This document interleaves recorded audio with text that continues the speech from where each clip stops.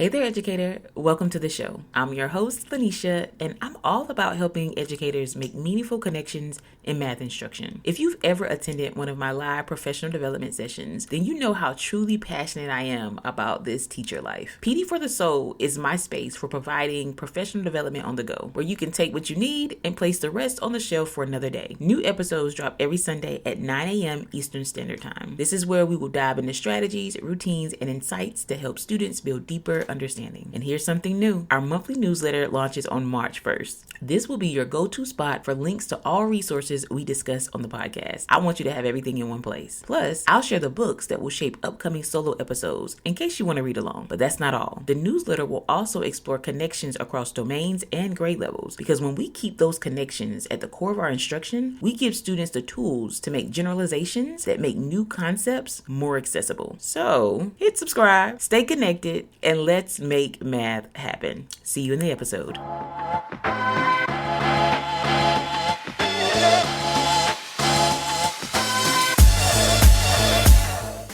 Welcome to PD for the Soul, where we dive deep into the realities of education, equity, and the systems that shape learning. Today's episode, Mistakes, a Luxury for Some, a Burden for Others, explores a hard truth. Who gets the freedom to fail, and who carries the weight of every misstep? In classrooms, in careers, in life, mistakes are often framed as opportunities for growth.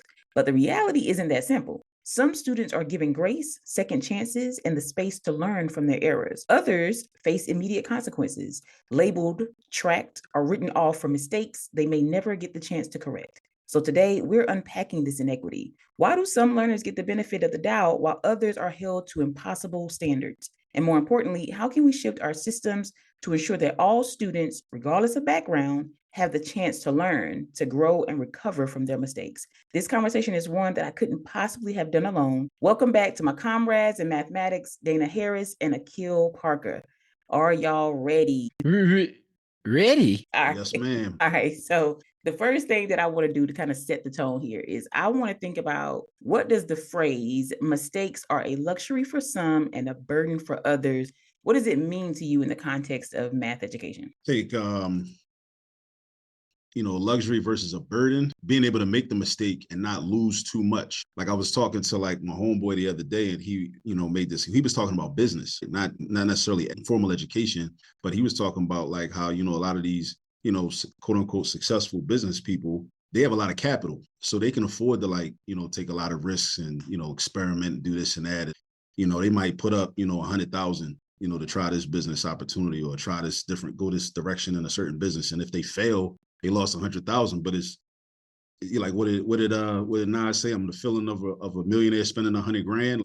If you got $10 million or $100 million, what's 100 grand? When you think about the ratio of that, the proportion. So that's a luxury to be able to just make those mistakes and even take those types of risks. Whereas if you don't really have it and you luckily get a loan for that 100,000, it's like you might move a little more conservatively.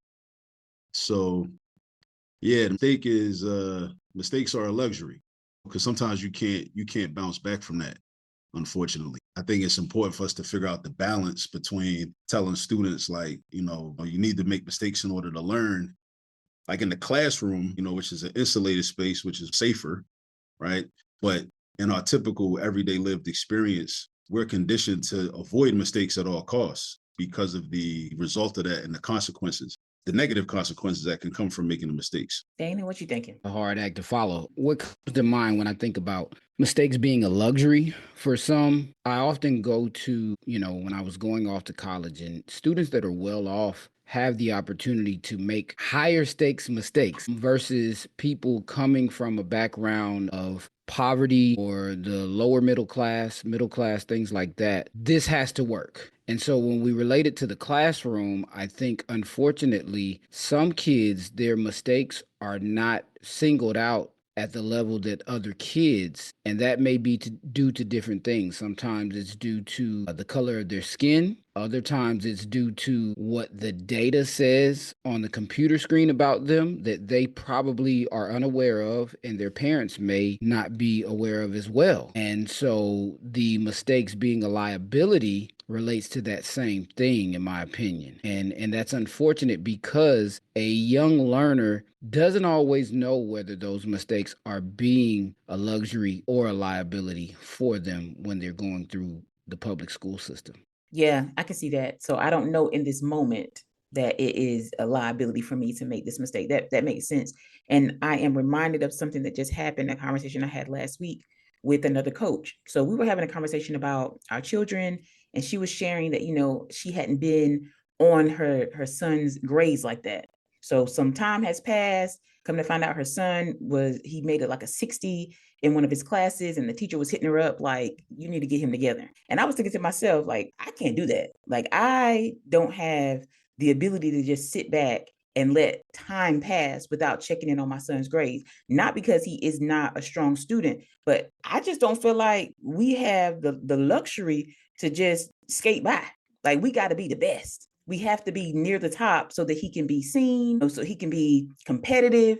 We can't just kind of sit back and chill. And so I'm reminded of that when I'm thinking about how some people just have it in a way that even if you're not at the top of your class, you might still be plugged in. Whereas some other people might not have those connections. So you got to be on all the time. I can't afford to go somewhere and not network at the same level that somebody else. Like, I have to present myself well all the time because I never know what I might miss out on. And so that's what comes to mind for me when I think about mistakes are luxury to some and burdens for others. Now, the next thing is, I know y'all have seen students from marginalized backgrounds or even others. How are they reacting to mistakes that are being made in the classroom? I think many kids, what I've seen this year and last year, but many kids, it's actually causing them to be afraid to even raise their hand and respond. And I think it's at the subconscious level. You know, my current position, I teach math 2 in North Carolina, and so my class is freshmen, sophomores. It's a sophomore level class, but some freshmen are in there, sophomores, and possibly juniors as well. And so many of them are a little more reluctant to participate when it comes to saying their answers out loud. And so, they have this idea of doing laps around the room. And so that's where those laps become more imperative for me as the teacher, because I may have a student who does every problem when I give them the work to do on their own initially before discussing it, but they may be afraid to talk about it because of fear of, their peers ridiculing them, joking and things like that. And even to the level of, it's not as cool as it used to be socially to be smart. I can't stand that idea, but it causes them that's where I see it most in the classroom. Students are reluctant to say answers out loud. They're reluctant to go to the board to work out problems and things like that. I want to add something else. Earlier, you said that the students may not know in the moment that what's happening is a liability for them. And I'm reminding of students in the classroom who laugh about students who are participating, or laugh about,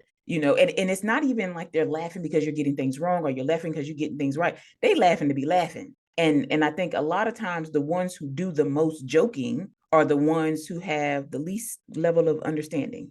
They're trying to take Absolutely. the attention off of the fact that I really don't understand what's going on. And so now I'm making a joke out of everything, not realizing that they're missing an opportunity. And I know for me, I'm in the middle school range, and middle school is just a really challenging age group, figuring themselves out. There's just a lot going on. And I think a lot of times they waste so many opportunities. They waste so many opportunities. And I just hate that for them. It frustrates me so bad. But sometimes it's like one of those, you got to learn for yourself. And I don't want that for them. But sometimes there's nothing I really can do about it. I do my best to show my mistakes up front and publicly. Whether Mhm. I make a mistake with working out a problem, working through a problem. Sometimes I have a moment where later on during the day, I realize I made a mistake with explaining something during my first class or my second class, and I finally got it right. So I'll go back the next day and admit to those classes or that class, hey, yesterday I showed you all this. However, I had to go back and look at it again. And so here's the correct way. So I do my best to be transparent to them and let them know all the time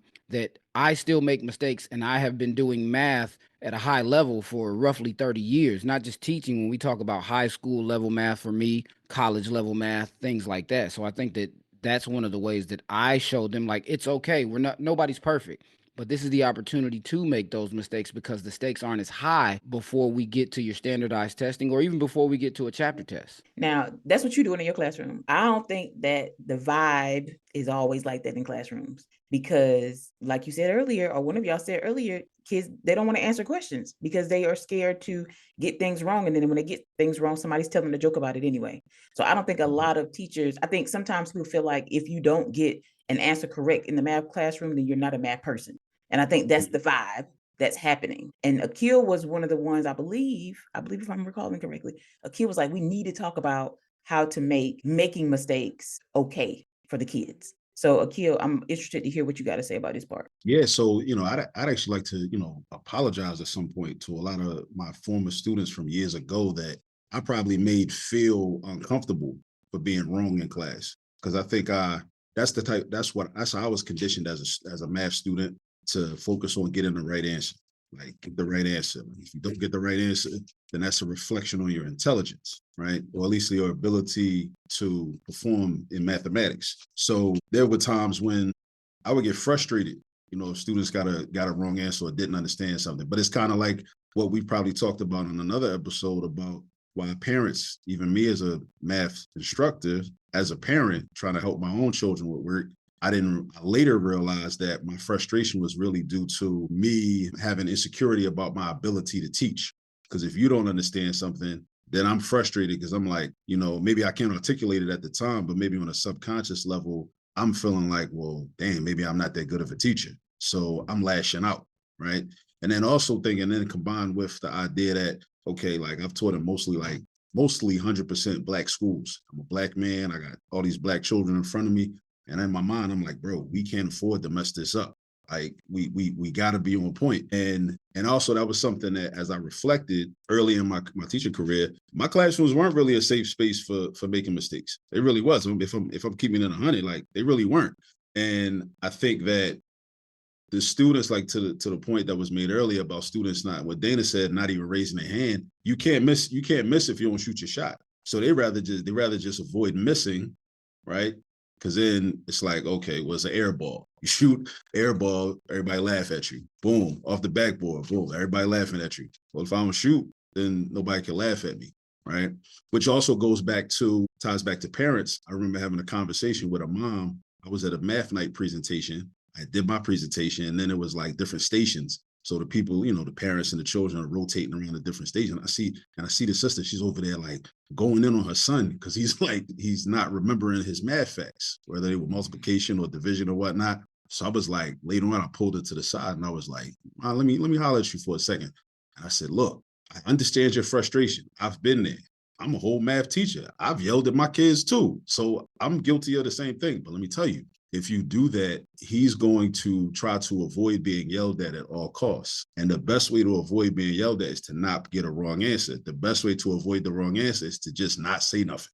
And then he's going to take that to school with him. He's going to be in school. He's never going to raise his hand. He's not going to try to get help from you at home. So that's the real consequence of that. So if you want to, what I suggest is, like, try to avoid yelling and cussing and screaming as much as I know how difficult it can be. I get it. But the long-term consequences is your child is not even going to try because they're trying to avoid that treatment. They don't want that. They don't want that. So they listen, well, this is how I avoid it. If I don't get the wrong answer, can't nobody yell at me. Why do y'all think that so many of our children are having challenges in math? Why is that? I mean, I was going to ask, why do we think that we can't afford to fail? But even before we even get to that, why are so many of our children having challenges in math? The messages that, well, my opinion is the messages that they see and hear have begun to set into their subconscious mind, and they don't even know about the subconscious mind. Most students aren't familiar with the subconscious mind. That's something you start to learn when you're an adult and working on self-improvement, personal growth, things like that. And so when we see these different memes and things like that on social media displaying these negative messages about math, when we hear parents speaking negative messages about math, and I believe that when kids were home during the pandemic, they heard these negative messages about math at an exponential rate. And so now there's this ideology going back and blaming so many things on the pandemic, and the kids don't understand that these messages have started to settle into their subconscious mind. That's my personal opinion. Okay. Okay. So I'm gonna challenge that a little bit. I'm gonna challenge now. Some of the challenges and some of the unfinished learnings were there before the pandemic, right? Agreed, 100%. 100%. So now I'm trying to figure out, why is it, if we have been talking about this gap, this learning gap between children that look like me versus children that look like somebody else. So let's go ahead and have the conversation, because I know y'all know, I know y'all have opinions. So let's go ahead and put it out there so that we can start to have this conversation within our communities, and then maybe we can start to put some things in place to provide solutions. I'll give a simple answer to that, because now you got my gears turning. The simple answer to that, I believe that there are not enough parents that are helping establish an environment of learning and education at an early age. One of the things that my boys are 16 and 19, but one of the things that I remember at the time when my firstborn was in the womb was that a child should have a thousand lap hours of reading prior to going to kindergarten. So I read to him in the womb. I would sit down, and during the summer, yes, we had fun. However, we took time, if it was nothing but a workbook and they had to do a page or two in their workbook. I've always had these whiteboards in my home because that connects to my math story, my education story when I was a kid. It was a green chalkboard. And so if we as parents create this environment of making everything an opportunity to have a teachable moment or a learning moment, that's one of the things that really, really excites me about what Akil is doing. How to use all this math.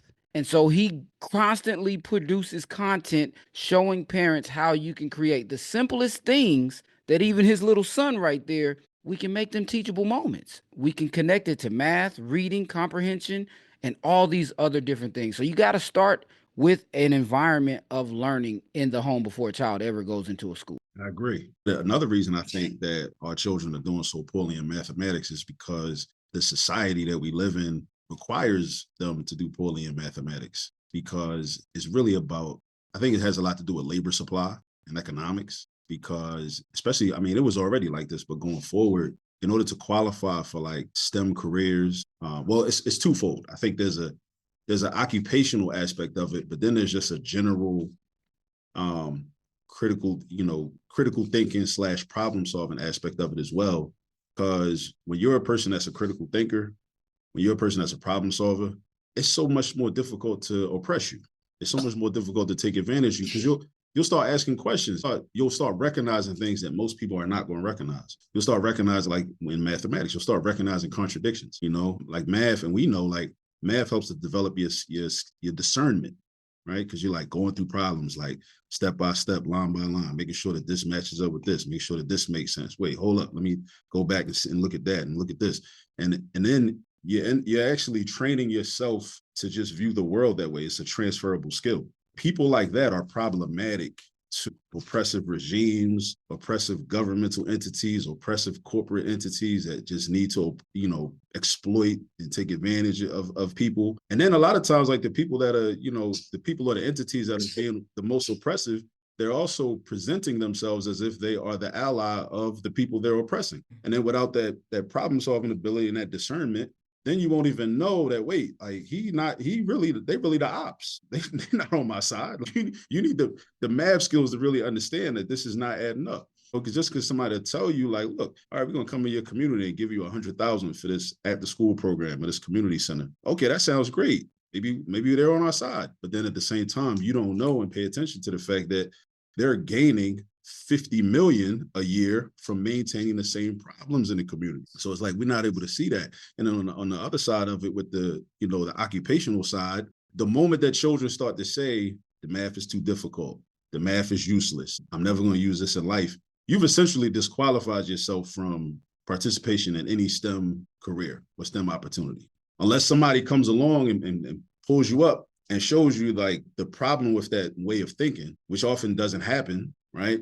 And then like Dana was talking about with the subconscious, then it seeps into the subconscious. And then every day of your life, you're thinking like, okay, math is useless. I don't need this. Let me just try to evade this, right? I got to go to class. I want to get the grade. And even some students that excel in math, do well in math, they really don't have an appreciation for it. A lot of them, they might get A's in it. It's like, well, it's just a grade. but they don't really understand like the real value of it because maybe nobody ever was able to explain the real value of it to them, right? So it's about like, millions of children that will never compete with certain groups of people, right? For those computer science jobs, those engineering jobs, those architecture jobs, those jobs in medicine, those jobs in nursing, right? All those fields, right? Those jobs in business, right? They're talking about artificial intelligence is going to eliminate like 85 million jobs, but also create 97 million. But the 97 million that it's creating will require a strong foundation in mathematics. So then all the people that are like, math is useless. I don't know how to do this. It's too much. It's too difficult. Why we got to do all this? When am I use this in life? Those people most likely are not going to be able to compete for those 97 million jobs. So one thing I want to point out is this is going to sound a little weird, but me and my son, we are really into those Armageddon, like the world is ending type shows, right? So I don't know what's the name of that show. Anyway, if it comes to me, I'll share it. But when the world is ending and they're choosing the people that they're going to keep with them, that's going to help them like repopulate the earth or whatever, when they go underground or whatever the case may be, I tell my son, I say, you got to think about what type of career do you want to have so that you're one of the people that they pick to help repopulate the earth. They're not going to just pick no influencers, no YouTubers or nothing like that. They're not going to pick the folks working at McDonald's. There's nothing wrong with working at McDonald's, but I'm thinking about the hierarchy. They're picking people that can help them rebuild the earth. So your doctors, your lawyers, your engineers, your problem solvers, the people that can figure out how things kind of work together, they're picking those people and the highest within that group that they're working in. So I'm telling him, that's what you need to be focused on. So I know that you're interested in all these things, but you need to be thinking about survival, is what I tell him, which might sound extreme coming through these airwaves, but that's where we are. So I'm putting that out there for parents. Talk to your kids and make sure that they are among the people that would be selected if we had to start over. That's number one. Number two, I also want us to think about the schools that our children are attending. If your child is attending how do I want to word this? If your child is attending y'all will read between the lines. There are certain schools that have the least qualified teachers at those schools. Now, I know a lot of schools are having difficulty with maintaining employment, with keeping those teachers in there. We have a lot of vacancies. A lot of schools are having that issue. But there are certain schools that consistently have the least qualified teachers. And I want you to think about who are the children that are sitting in those classes. I want you to think about that. So when you are fixing your mouth to say what you don't need or what you don't feel like is important, what you don't feel like you're going to use, I want you to think about the experiences that your child is getting every day. And then how can you figure out, one, how to change your mind, your thinking, because your thinking is not going to help your child. And then two, how to position yourself to get your child some support. Because if your child is attending one of those schools, and I'm pretty sure if you're listening to this, you can kind of put two and two together, whether or not you're working at one of those schools or if you know some children that attend those schools. The people that are there are some of the least qualified. They don't have as much experience. They don't know how to provide the supports. They're kind of in there for a check or in there for the schedule so they can be off in the summertime. They're not there for the students and to help them progress. So keep that in mind as well when we're talking about who can and cannot afford to fail. So I just wanted to put that out there and add that little bit to what you guys shared. Now, I want us to talk about cultural and community expectations and how they shape how students approach struggle and failure in math.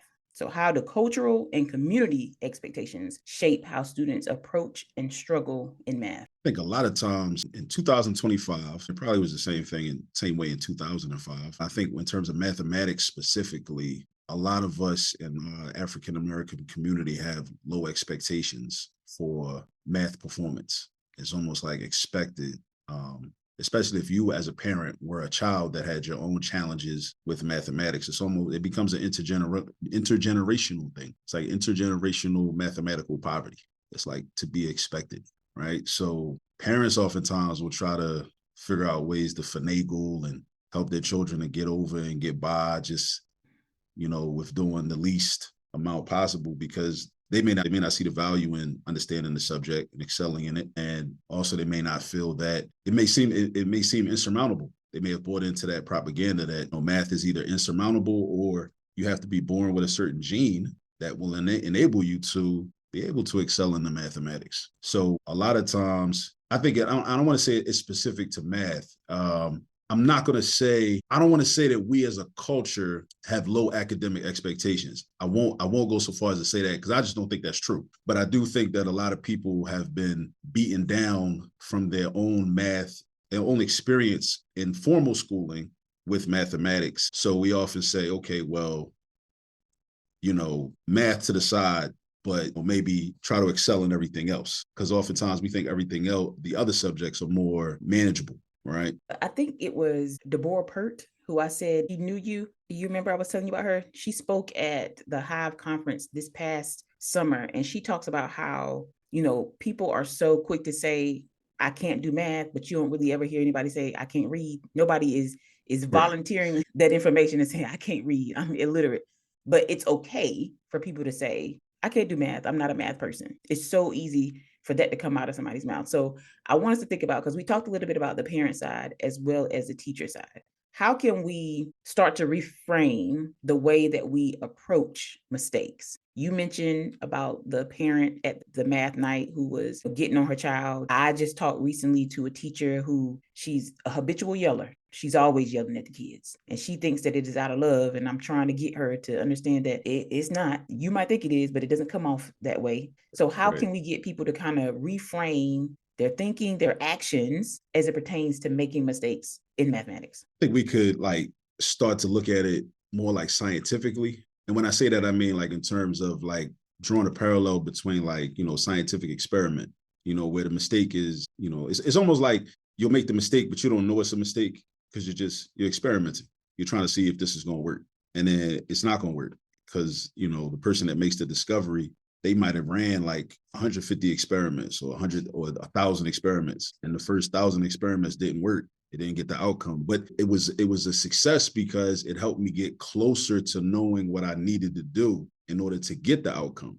So it's like you had to go through that, right? So I think that's a good conversation. Oftentimes, like it's so many like things, or steps in different types of problems and different skills in math that when I'm doing problems, like to this day, I might remember like, damn, I remember I was I might have been in 7th grade and I made this mistake. And then I learned, don't never do that again. Right. And then to this day, like I won't do that again because I made that mistake. And somebody pointed it out to me, maybe the teacher or, maybe I got it back on the graded quiz or the test, but I had to do that. I had to get that wrong so that I would know, because sometimes it hits different. Like a lot of times I'll try to, like in my own teaching, I'll try to, avoid students from having to make the mistakes. It's like I'll tell them, like, look out for this, look out for that. But sometimes you just, you got to make the mistake yourself because it hits different, because then you can remember, like, like getting lost when you're driving somewhere. Well, before the days of GPS, even though GPS be tripping sometimes too, which is another reason that we need to understand math. Because if you understand mathematics, then you have a sense of direction. You can like figure things out on your own, right? Because sometimes the GPS will take you on a real roundabout way that's kind of crazy. It's like, why are you taking me this way? Like, but if you're totally unfamiliar with the area, then you're just at the mercy of the GPS. But yeah, like getting lost going somewhere can be helpful because then you never, you'll never make that mistake again because you'll remember that wrong turn and you'll remember I don't make sure I don't do that. Dana, what you got? I feel like two things I would encourage teachers to consider: building an environment of trust to where they trust you enough to make mistakes, and also building an environment where there's motivation there's motivation. Because the more you motivate them and encourage them, then they begin to trust you. And then now it leads to inspiration. I believe the inspiration comes from within. And so now once they trust you, and they feel like you're motivating them in this process of making mistakes and things like that, then now they can be more inspired and eventually they want to make you proud. And the other thing that I would tell teachers to consider is this is a totally new generation of kids, right? So sometimes the things that motivated us and the things that made us work harder, they don't work at all for these children. And so when a teacher considers those things, I think it would help them to change their approach. And then last but not least, some people just are projecting. Mm. But that's a whole nother podcast recording. But I do think that there is a lot of projecting as well, because sometimes, if you're not as confident in the mathematics yourself and how you teach it, then you can project those fears and those struggles within on your students? So last week we had a coaches academy, and that just means all the coaches in the district get together and we have trainings, right? So one of the things that we focused on in the afternoon was on personality tests, like learning more about our personalities. Have you guys ever taken the 16 personalities test, the Myers-Briggs assessment? I've taken one, Yeah. not Myers-Briggs, but I've taken a few of them. So what I found out is I'm pretty consistent. So I was extrovert, intuitive, feeling, and judgmental. So I'm bringing this up because one of the things that our CNI superintendent was trying to get us to understand is that whenever you are not stressed, you are operating in like whatever your personality trait is, like whatever you prefer. That's what it is. It's a preference, she says. But whenever you are in highly stressful situations, you actually go to the one where you are less strong in. So instead of me being extroverted, I might become introverted. Instead of me being intuitive, I might be a sensor.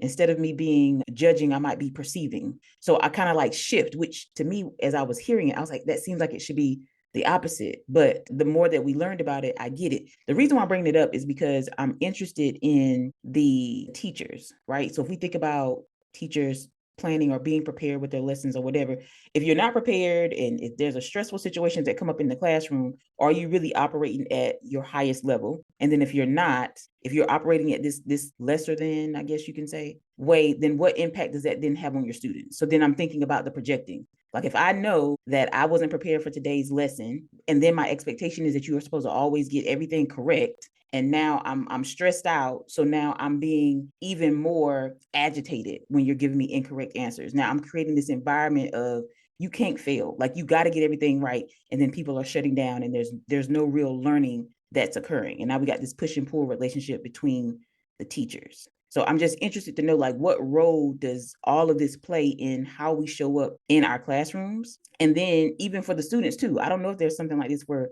the kids, but I know for myself, it told me that I'm a person that looks for patterns. I look for a relationship, like how do things connect together? And I was like, oh yeah, I know that. So I'm interested, like, how does that work for kids? Like if a child knew how they operated, what they preferred, would that help them do a little bit better? Would that help them take more risk? Would that help them be more confident? What y'all think? Do you think it would make a difference at It all? would. And they do have personality assessments for kids. Okay. It's just a matter of, is the school or the district gonna, is the school, because I would put that on the ownership of the school. Is the school, the principal, the leadership in the school going to be aware of that information, and are they willing to invest funding from their budget in that?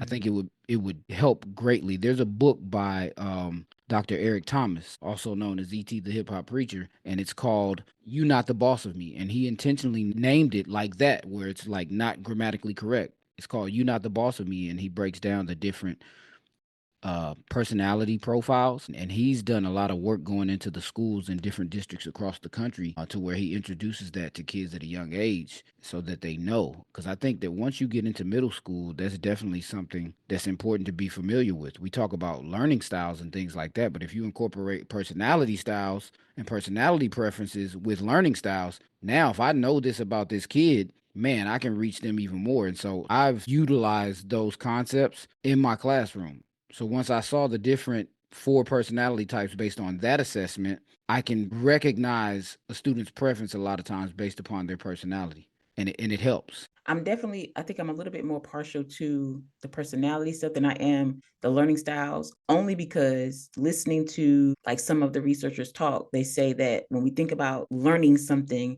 the process for learning is pretty similar across all people. The difference may be the pace at which you may learn it.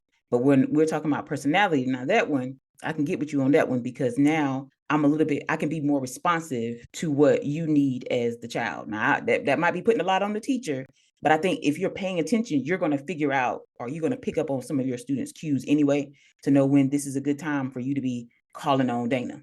Because sometimes a child is going to give off certain things, body language, to know this ain't the time. And then if you don't pay attention to that, you end up creating a situation when we could have avoided it. And I agree, because I think that people have a learning preference, but I feel like in learning anything, you're going to incorporate all the different modalities of learning. It's just depending on the pace and the level of the information, especially when you talk about something like mathematics, which builds upon the concepts build upon one another. And so at one stage of the process, you may need just the auditory or the visual.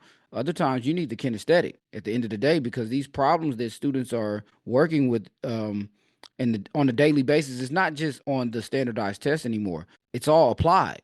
And so now they have reading comprehension, and then now they have to take what they're comprehending from the problem, create an expression, create an equation, things like that, and then find what the solution to that is. And unfortunately, one of the challenges that I see is students, once they see that there are several steps into the process, some of them start to kind of like go back into that shell and they see it as hard. And so I tell students a lot of times, no, this is kind of tedious. It is rather tedious because it has several steps and you got to build on these different pieces to the puzzle. However, it's not difficult. If you can get from here to here, then I promise you, I'm confident that y'all can take it around that third base and bring it on home. So then my next question, and we off a little bit, we off track just a little bit, but we always on track, please believe. So my next thing is, how do we get these kids to not give up? Like, I need you to persevere. Like, I need you to, when we 3 steps deep in there, I need you to persevere and kind of see it through. How do we get kids to do that? Because I feel like we are very much in a microwave type society where we want everything quick. Like, I just want the answer. And I think some of that has been conditioned as well, but we want to get to everything fast. But I need you to slow down and think about what connections are here. What patterns do you notice? How can we use that to apply and figure out what is the best step? Because it might not always be for me to do it this specific way. Based on how the numbers are set up, I might can do it another way. So how do we get the kids to kind of lock in and like stick with it versus just giving up because it seems too long? I think one of the things is supplementing good teaching practices with having consistent conversation about the long-term benefits of learning math, understanding math, whether it's career-wise, whether it's, relating the skills that you develop from, doing math, whether it be critical thinking ability, analytical reasoning ability, problem solving ability, to the children in a way that they can see value in. Because oftentimes, one thing that I reflect on as a self-criticism is often I would project my value, the value that I see in math, onto them, as opposed to being more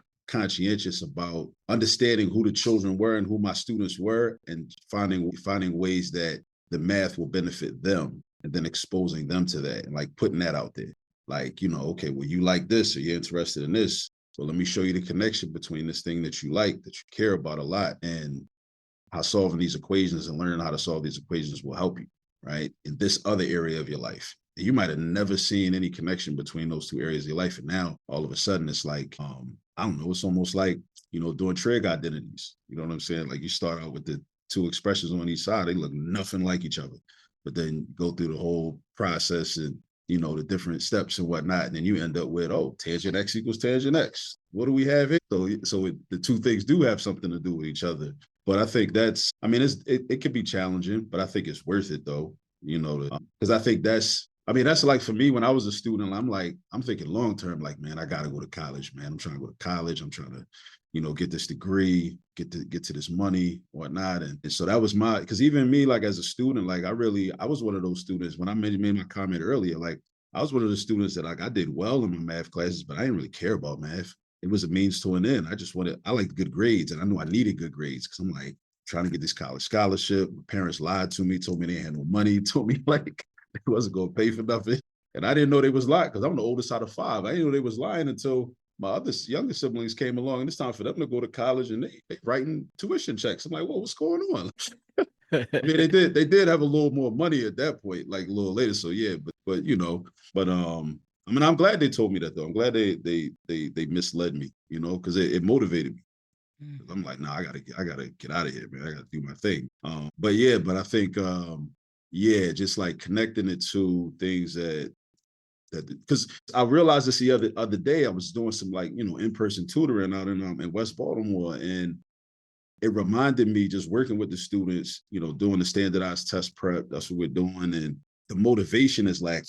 And then I think we talked about this online, the math itself, the content is not that difficult, right? For people that know it and know how to teach it. We know that it's not that difficult. So the issue oftentimes is the motivation in the student to want to like persevere and really learn it and stick with it.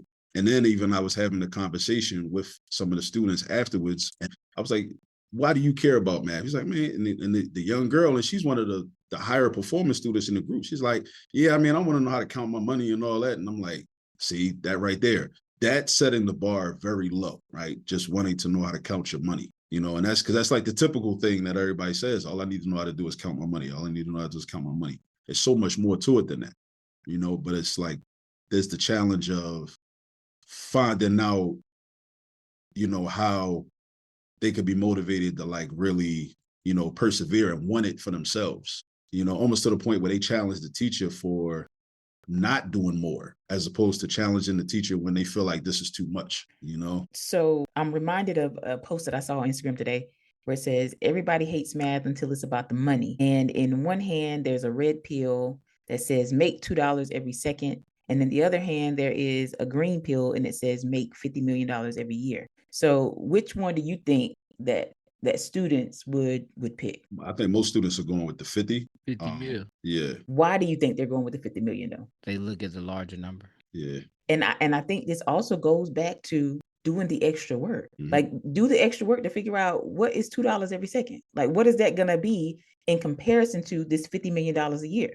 But if you don't want to do the extra step and you're just trying to get to it, you missing out on a whole bunch of money. Yeah. I did the problem with that same group of students. I was like, y'all probably seen this online. You want $100,000 right now? Or what if we take a penny and we double it every day for 30 days? And you can get how much it's worth on day 30. So they looking at it like, but it's a lack of number sense. Exactly. And them they're not acclimated to just mathematics and how numbers work and how numbers can grow, exponential growth and all that. They're not really introduced to that. So they're like, nah, give me that 100,000.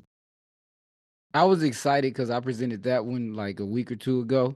And there was one kid that was like, Mr. Harris, I want the penny. And I was shocked because that was the first time I presented that problem to a group of kids and somebody caught on immediately. But I think for that kid, they were exposed to that problem before and they remembered it. So even that part of the process was really cool to me. What systemic changes, whether that is with school culture, policy, curriculum, any of the above, could help us shift the burden of mistakes in the math classroom? Can I say something about the last topic real quick before we go to that question? Is that okay? That exponential growth concept is so relevant too, because oftentimes students should do this. People do it all the time.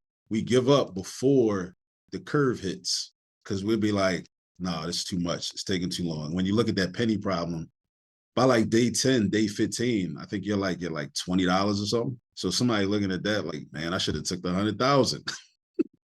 Stay 15. Hey, broke boy. But it did, and then what does this also tie into? It ties into y equals mx plus b. People thinking everything's at a constant rate of growth. Mm-hmm. So you thinking of like that, like if you understand y equals mx plus b, that's only one function, but everything is not constant growth. A lot of times things are exponential. It's going to take off at some point. It's going to hit critical mass. It's going to skyrocket. But you got to be there for that. A lot of times people quit too soon. Students will quit too soon. They'll be like, nah, I'm never going to get this. It's too hard. It's too much. And they just quit. You just fold, not knowing that if you just stuck with it, you could have been a math scholar. I'm reminded of that meme where somebody is they have like a pick, and I think it's an ice pick, and they're knocking down the wall or some kind, and then they give up, and just on the other side was, I'm guessing, what they were looking for. I think it was like money or diamonds or something like that. And it's just like, you're giving up too early. You're not seeing it through, not even realizing that you were almost there. This is what that reminds me of. Like, you're giving up because it's just too hard. And I was watching a clip on TikTok with former First Lady Michelle Obama, and she was talking about how people got to realize you ain't always going to be happy. Everything is not always going to be comfortable. Everything is not always going to be peaches and cream. People got to get used to that. I think people want to be comfortable all the time, and that's an unrealistic expectation. It reminds me of the book 3 Feet from Gold. I think it's a Napoleon Hill book, if I'm not mistaken, but 3 Feet from Gold. Phenomenal book.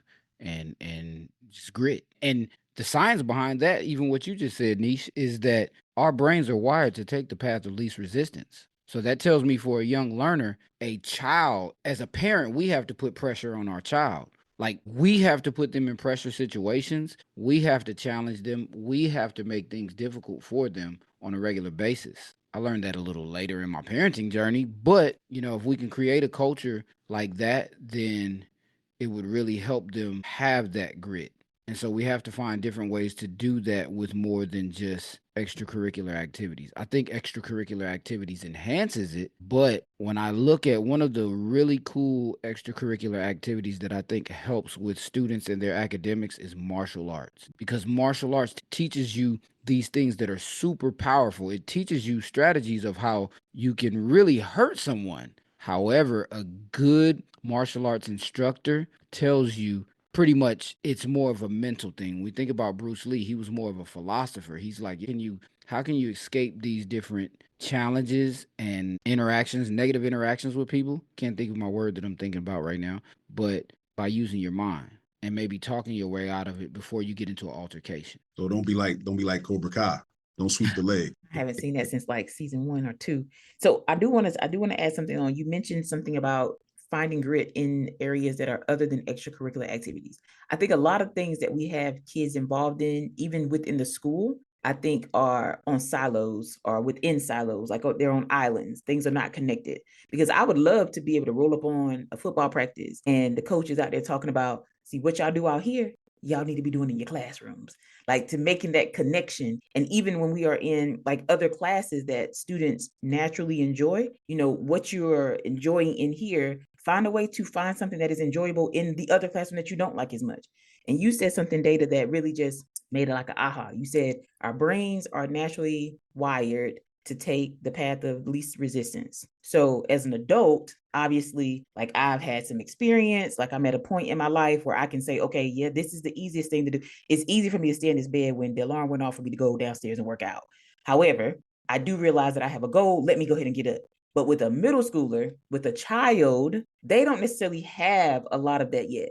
So we are literally having to train them, as you were saying, like giving your kids opportunities to work through something. I think we have to do a better job as the adults in the children's lives in helping them to understand how important it is to just keep going. Just Yeah, go a so little bit in further that every day. example, you gotta wake them up. They gonna be upset for the first several years, but there's gonna be that one time where it's like, wait, whoa, I didn't have to wake him up. I didn't have to wake her up. Things like that. Even on a Saturday. Wait, it's Saturday. There's no school. Yep, but we have to be at such and such at 8 a.m. So you're gonna have to get up at 6:30 a.m. to get ready. Yeah. Yeah. Okay. All right. So we're getting ready to wrap up our conversation in just a little bit. I have a few more questions for you guys.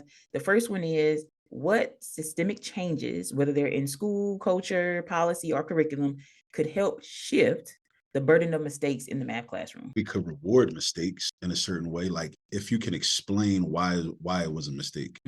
Also, like create like opportunities for more camaraderie, like in the classroom, to try to lessen the possibility of students getting laughed at by their classmates. I don't know exactly how to. I mean, that could look different in different places and at different grade levels and in different types of schools. But like if it's like a communal type of setup, like in this classroom, like we're all learning together. Even like and that as a teacher, like even if you're like it's a more collegial environment and you're like we're all learning together and like Dana was saying earlier, like even as teachers we make mistakes.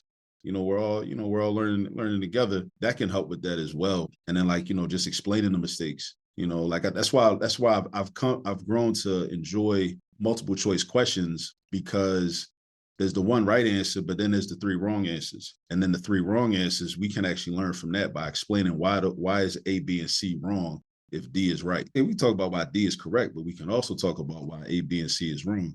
And we can even we can get into the mindset of a test creator, a test question creator, like why did they pick that answer? Because you know how when they got the good wrong answers, let's talk about that, because they knew you was going to make that mistake. They knew a bunch of y'all was going to do that. So one thing I want to touch on really quickly was the idea of the classroom culture. So I think you talked about like creating that community within your classroom. And earlier you mentioned something about finding the value or some type of connection between what's being taught and the child, right? So now my follow-up question is, I think it is difficult for some teachers to create the community. I think sometimes people feel like I could take a day or two and we can go over routines and procedures and we got a community we roll in, but we realize through, it's March and you about to lose your mind or you quitting or whatever, that was not enough. So I think we definitely have to have a conversation at some point about how to really create the relationships that we need to help the students thrive in the classroom, but also going back to that statement about finding the value. If I'm going into an activity, do you guys suggest that I set the activity up by highlighting the value so that I'm being proactive about your questions? Because if you go ahead and go into it and now they like, man, why we got to even do this anyway? What are we learning this for? But if I set the activity up by addressing it on the front end, do you think that could make it run more smoothly? I think if you have those students that are going to challenge it, some students they just want to do the work and they just want to get the grades sometimes. So with them, you may not have to tell them, you may not need to tell them why, even though I think it's a good idea. Yeah, I'm at a point now where I'm very big on trying to show the value and the relevance of everything. Anything in the textbook. How does this relate to your life and your neighborhood and your community? How can this help us? It wasn't always like that. Definitely wasn't always like that, because a lot of times I didn't know. But yeah. So I think you should, if you're able to, give the relevance. All right, Dana. So this question is for you. So if we have a teacher that's listening to this episode and they realize that they may be unintentionally reinforcing the idea that mistakes are a burden, whether that is for some of their students or all of their students, what is one small change they can make tomorrow? Think about when they were a student and share experiences of something that they struggled with. For example, I often reflect on my story of how I got to college and I realized that I could no longer, it was pre-calculus in college and it was my first semester. I couldn't get by just being quote unquote good at math. I would go to class, do my work, do my homework, and then the night before I had a test, study. That taught me that I had to study after every class period. And so when we begin to share experiences of mistakes that we made in our academic career, and then also share real life choices that we made that were, turned out to be mistakes. Now, once again, we're building that culture of trust. And so I would share those often. I also would front load with one of the things that I talk about in my classroom is common mistakes. So, and I had a client one time, he used to call it a sneaky negative, right? And it was super cool because he would work through the problem and he might come up with the solution and it might say 6. And I would say, "You sure it's 6?" And he'd say, "Oh man, that sneaky negative got me again," right? And so things like that, when you talk to them about common mistakes that to look out for, I think it creates awareness on the front end. So I would share personal connections to mistakes as a student and also choices in life or mistakes in life that you've made, whether it was when you were a teenager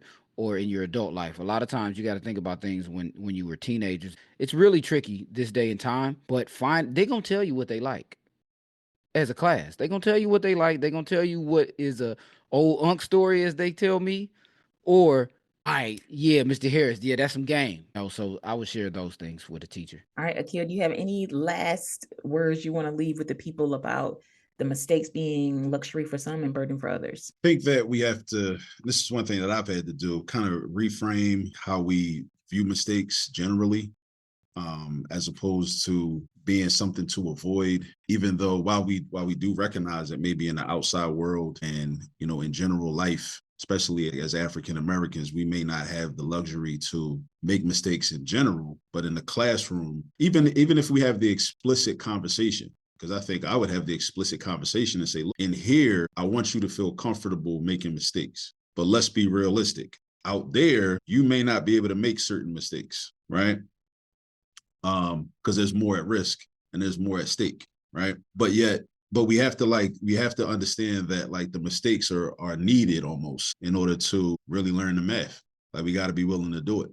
We got to be willing to make the mistakes and not feel bad about it. I'm still unlearning that. I'm still unlearning it. So with me and like young people I work with, we're learning it together. I'm unlearning it, and I'm also like teaching them that to make mistakes. Even though I will say this, I do tell certain students like some mistakes are not allowed. I won't allow you to make certain mistakes, right? Sometimes. depending on who the student is and like what their background is. And it's like, I'm like, bro, I know you know better than that, man. We're not doing that. Like some mistakes, I will tell them that so they can like, start to think more, just be more, more serious in certain areas. But I do want them to but I also follow it up by saying, yeah, mistakes are allowable, but some mistakes are not. Like that right there, what you just did. No, can't do that. Because I know why you made that mistake. Because I know you just weren't paying attention. Yeah. I think it was Denzel Washington that said something about failing forward. Maybe it might have been Will Smith. Yes. Was it Denzel? That was in that speech, that graduation speech that he gave. So I want people to think about that. Whether you're a teacher, whether you're a parent, whoever you are right now that's listening to this, I want you to think about failing forward. So my takeaway from that statement is that it may be a mistake. Like I may not have gotten the correct answer, but I did get an opportunity to learn something that is going to help me as I move forward. So I now know what doesn't work. So now I'm on the pathway to figure out what does. So as we wrap up today's episode, I just want to take a moment to thank our guests, Dana and Akil, for helping me navigate such a challenging but necessary conversation. Your insights, experiences, and willingness to unpack these difficult truths have been invaluable. Mistakes should be a part of learning for everyone, not a privilege for some and a punishment for others. If we truly want to create equitable spaces, whether in classrooms, workplaces, or society at large, we have to rethink how we respond to failure and who we extend grace to. To our listeners, thank you for being here and for leaning into the discomfort with us. If this conversation resonated with you, keep it going, talk about it, reflect on it, and most importantly, take action where you can. Until next time, keep learning, keep questioning, and keep making math happen. Thanks for listening.